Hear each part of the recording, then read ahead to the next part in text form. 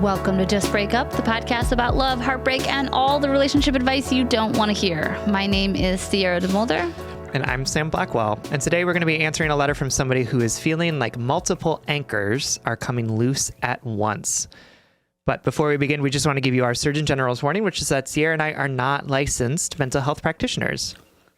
Correct. We are not professionals. We are not trained in any of this in any accredited way. So please take our advice as you see fit in your life. We are just here to offer our humble musings to hopefully shed some understanding and maybe some laughs about the incredibly rewarding, but mostly confusing experience that is love. All right, I'm going to dive into today's letter. It is from Anchorless Boat, whose pronouns are she, her, and they, them, and who is writing to us from the void. A bit of background, I, 30, she, they, moved halfway across the world to a U.S. city for a few months before the pandemic. Over the last 4 years I've been here, I moved 9 times, changed jobs twice, and began and ended a 3-year cohabitating relationship, and also experienced the pandemic and the dumpster fire of U.S. politics very far away from family and old friends. So it just felt like a very tumultuous and unstable time.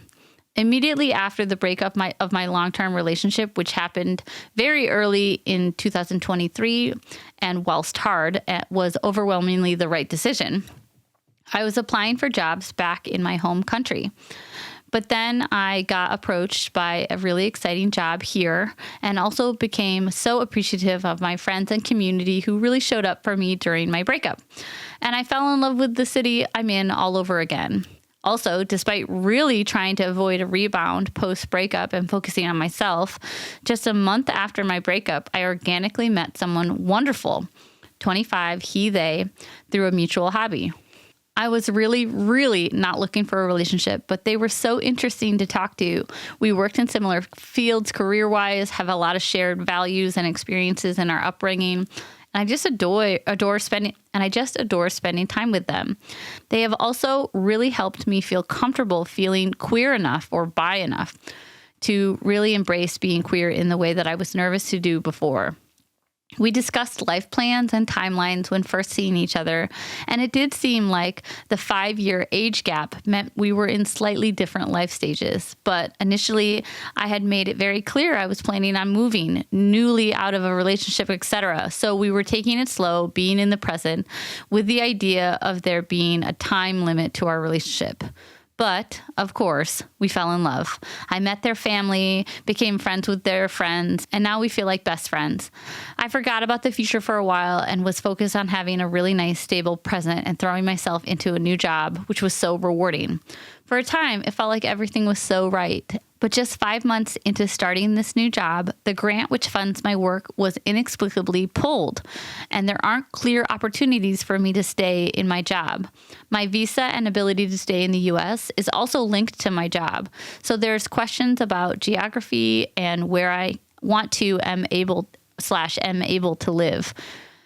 I do have almost a year to figure out my next steps, so it's not like I need to leave my job or the U.S. immediately.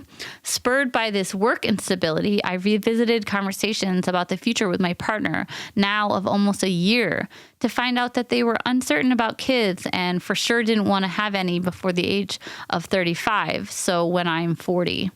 I'm about 90% sure I want to be a parent and am in no rush beyond biological limitations, but I think it's important for it to be at least a viable option which I can explore with my partner.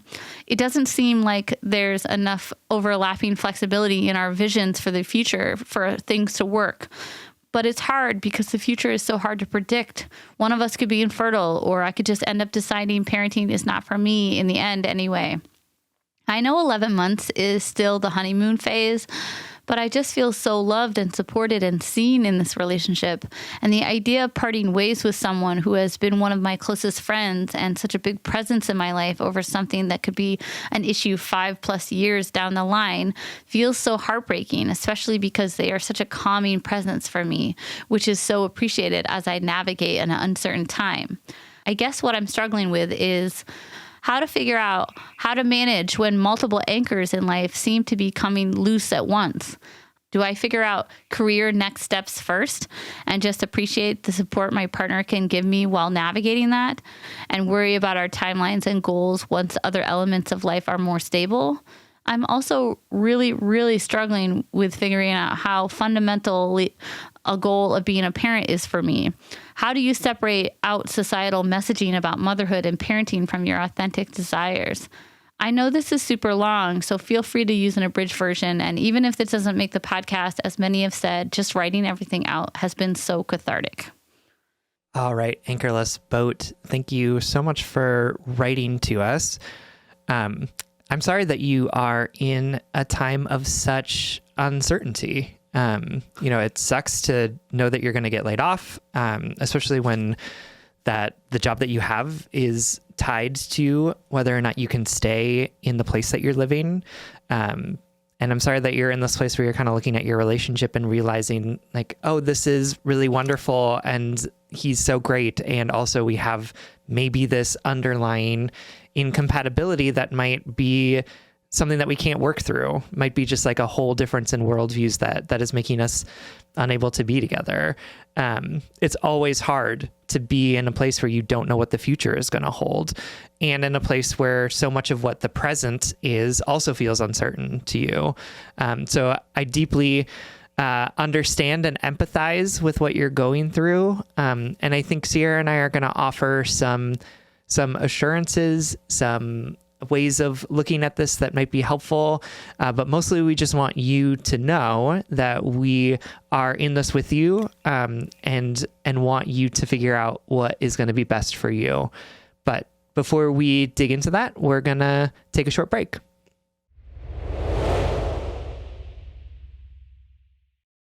All right, my darling. Thank you so much for writing and for trusting us with this letter.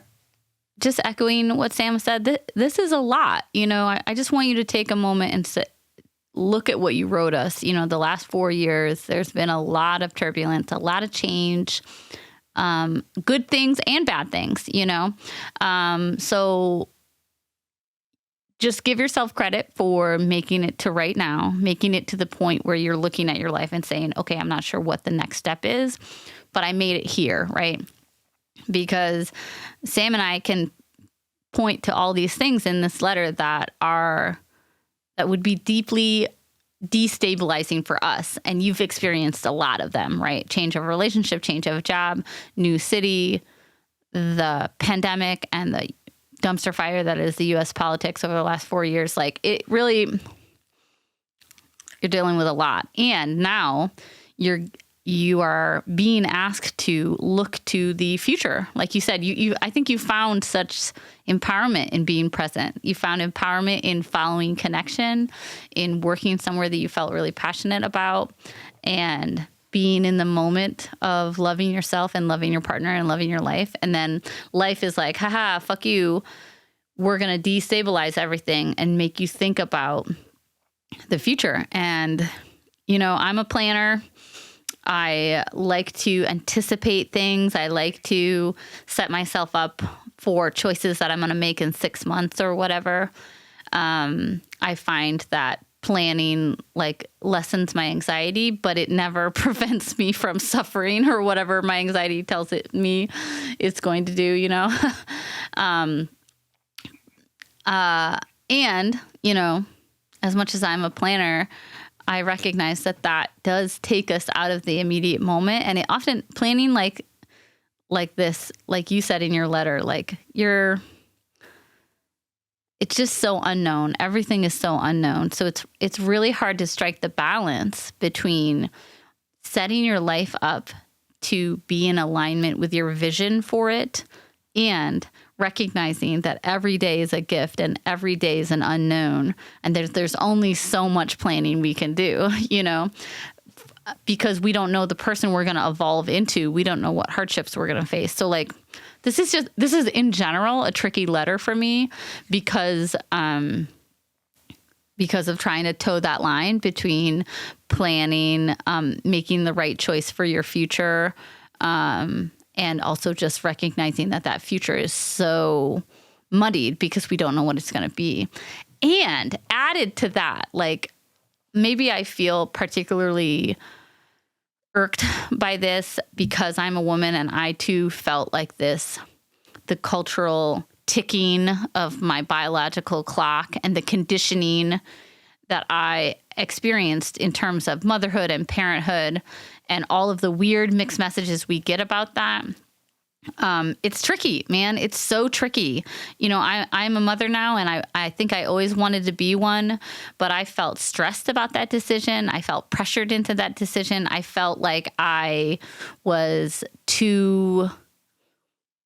like when I was prioritizing it, when I was trying to say, like, I want a partnership that leads to parenting, leads to children, I was like putting myself out there too much. Like I was being too intense and I was assuming too much. Like, I feel like we are told as women or as people who can have babies that, like, we got to always think about our clock, that we got to tap into our maternal instinct and yada, yada, yada. And if we don't want to have children, we just haven't, like, been realistic with ourselves.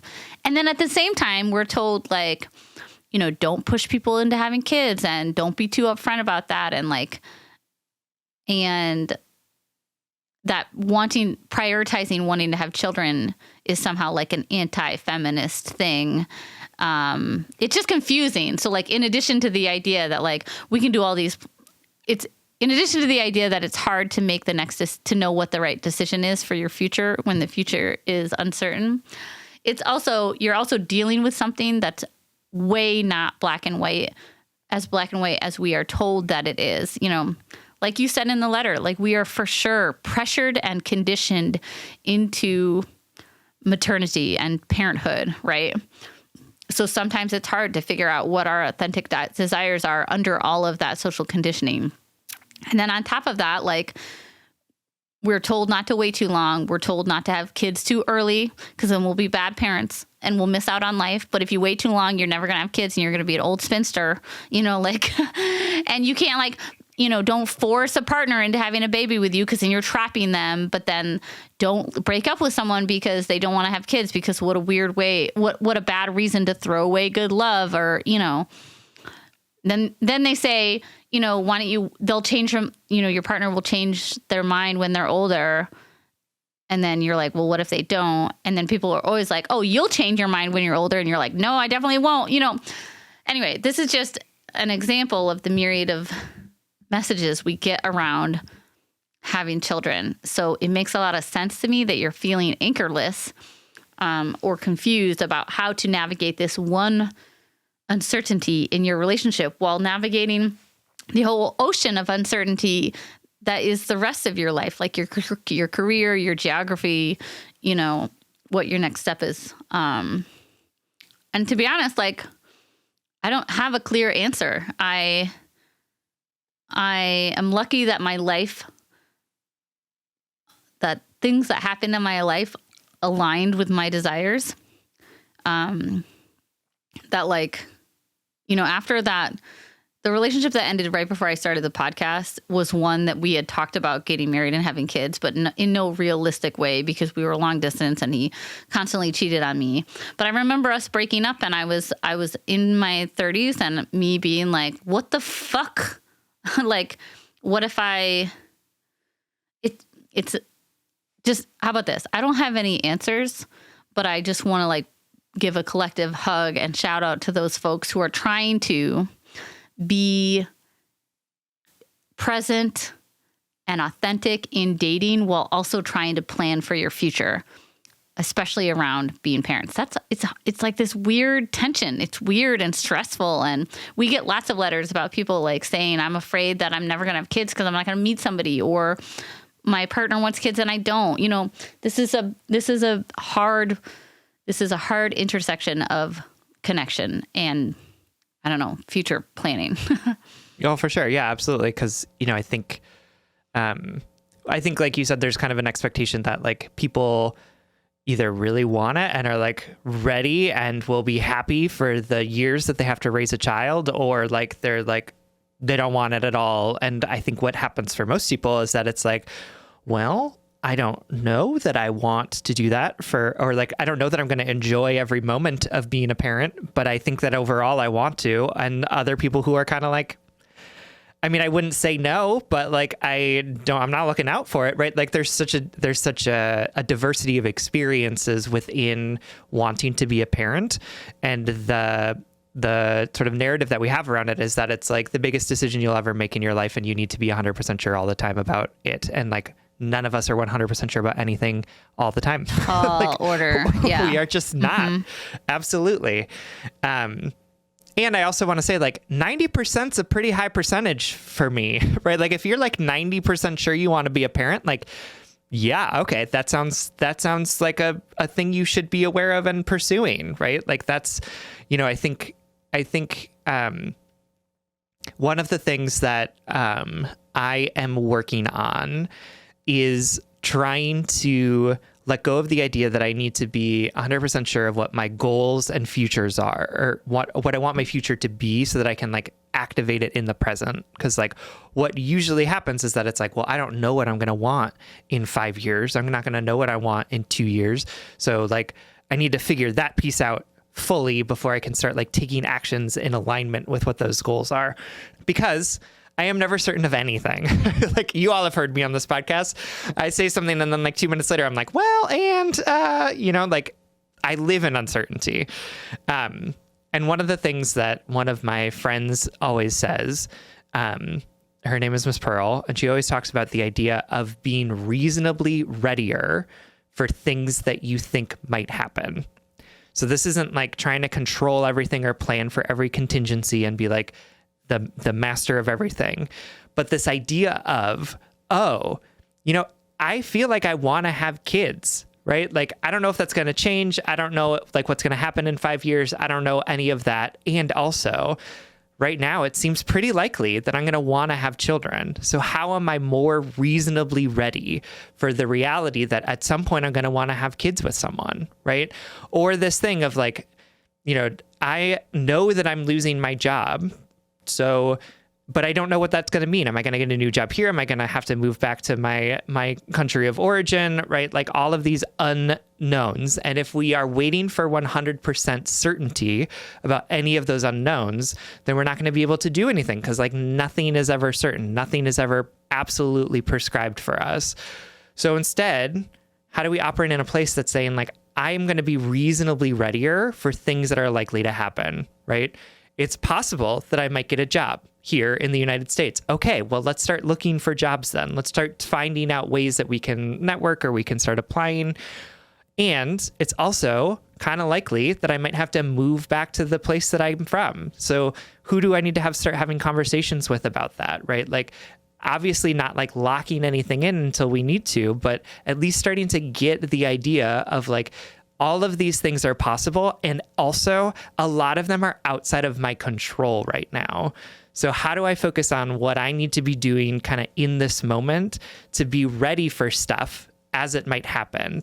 Not as a way to control for every contingency, but as a way to help prepare yourself, help alleviate some of your anxiety around it, and as a way to help recognize and remember that none of this stuff is actually in our control. All we can do is decide how we want to prepare for and deal with that uncertainty. We can't control it, but certainly we can start to say like, okay, well, what do I want to do? Knowing that it's really possible that I might have to move back to my home country.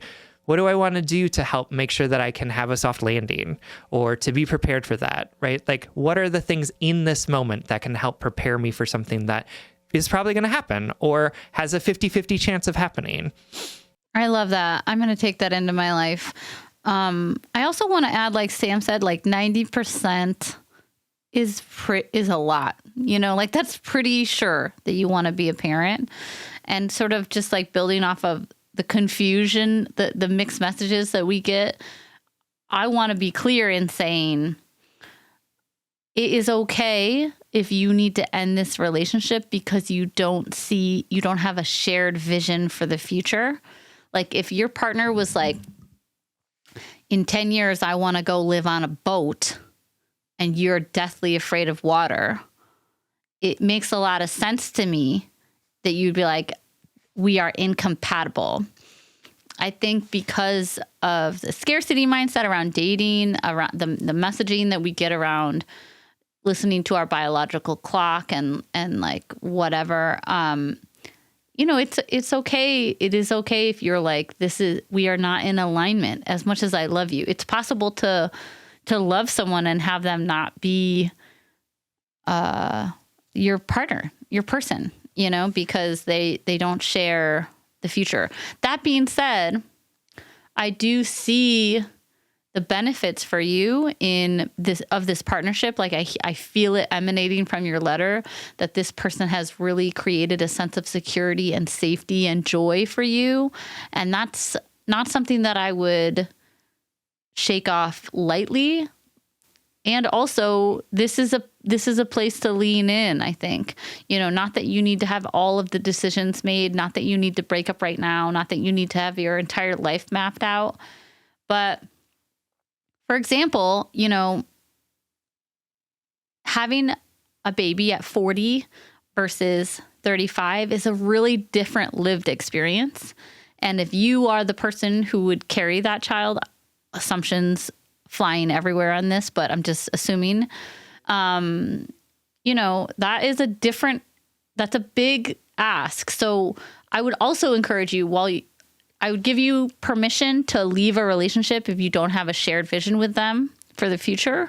I also want to give you permission to lean into that conversation with your partner a little bit, like push and ebb and flow together. Because for example, if I was in your position, which I was really with that person I was dating before we started the podcast, he was 6 years younger than me.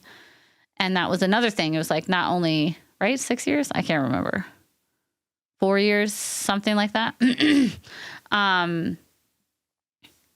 When we would talk about the future, I would talk about my timeline because I was in my 30s, and that timeline was not in alignment because of where he was at in his life. But I think if it was a safer, more secure relationship and there was a future there that we both saw and wanted, I would just encourage you to say so if you don't want to have kids until you're 35, that would mean this for me. Is there any bend in that? Is there any way that we could, with all the uncertainty of the future, sort of, is there anywhere you can meet me in the middle? Having kids at 38 even is different. And also just in general, people are having kids at all different times now. Having kids at 40 is also not a bad thing. I just want to say that, because I know plenty of people who are having kids in their 40s and later. But you can ask for something in this timeline. You can see if you can grow towards each other on this issue. And you also have every right to say, I'm really pretty sure I want this. This might be a deal breaker for me, is what I'm saying. Your partner sounds really sure that they want to have kids at 35. Okay, so you're sure that you want to have kids sooner. So what do we do with that equation? What's the compromise, right? It's not just yes. And it's also not even everyone is sure about their opposing position. And then we come to some sort of middle ground, right? Some of it is about how are you both sitting in the ambiguity of not knowing what the future is going to be like or exactly what you want in it. And also being okay with the idea of I have some opinions about what I would like for it to look like. And those opinions are divergent, right? How do we come to a thing to say can we start to prepare for what's happening in the future without saying we need to know explicitly exactly what it's going to look like? And I think that you can do that. I think that that's okay in a relationship. And I also think that well, I'm not sure, I'm uncertain is an off-ramp to having some of these important conversations. So I do think it is important to say yes, of course, we're never going to be sure or certain about anything. And here's what I think that I would like. So can we find a place to make that happen? Right? I think it's totally reasonable for you to be I don't want to wait another 10 years to have kids. I think that that's understandable. And I think that you can say that. And also if that's a deal breaker, it can be a deal breaker. And then guess what? If you're 40 and you realize I never had kids and actually I'm pretty happy with my life, doesn't mean you made a mistake, right? It doesn't mean that you should have known that this is how it was going to go. And you threw away a good love because of this thing that never happened and you changed your mind, right?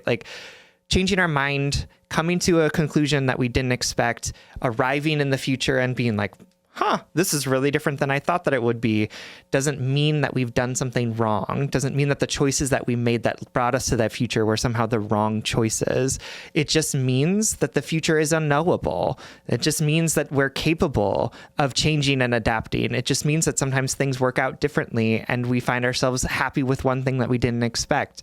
So like the decisions that you make now aren't necessarily like a barometer for whether or not you are a successful person in the future, right? Like they're just decisions that you're making now based on as much information as you have available to you and your feelings and experiences of the moment, which are just as valid as those future experiences that you are so sort of like preempting. Does that make sense? I think that's beautiful. I think that's so true. Yeah, I think that's a beautiful place to end it. In summary, we don't really have any answers, but we really empathize with you, and we're here in the thick of it with you. This is going to take some kneading, some conversation, some guesswork, but it'll be crunchy until it's smooth, right, Sam? Absolutely. Thank you so much for writing. We love you. All right, everyone. Thank you so much for listening. If you would like more content from us, or if you would like to join us for our monthly office hours, you can support us on Patreon. If you support us on Patreon for as little as $5 a month, you'll get an additional bonus weekly episode, as well as access to our office hours, which are a Zoom conversation with me and Sierra and a bunch of patrons just kind of talking about important and not important things, answering questions, and just having fun together. That's patreon.com/justbreakuppod. You can slide into our DMs, send us your favorite relationship memes, but most importantly, you can submit your questions about all matters of the heart at justbreakuppod.com, which is also where you can find our merchandise. Please remember to like, follow, subscribe, give us a 5-star rating and review. This literally keeps our mics on and helps us reach more brokenhearted souls who need two random strangers giving them relationship advice. Just Break Up is a production of Duvid Media, original music, recording, editing, producing, all magical things by our good friend Spencer Worth Davis. Make sure to check out his music and podcast. And remember, there is a bright future ahead of you. We just don't know what it's going to be, what it's going to look like, who it's going to include, and how long it's going to last. All we can do is listen to that inner voice and move as confidently as we can into the murky unknown of the future. It's okay to take risks. It's okay to not know. It's okay to have a plan, and then have that plan turn into something else. You have everything you need to succeed, whether or not we know what that success is going to look like. And if all else fails, just break up.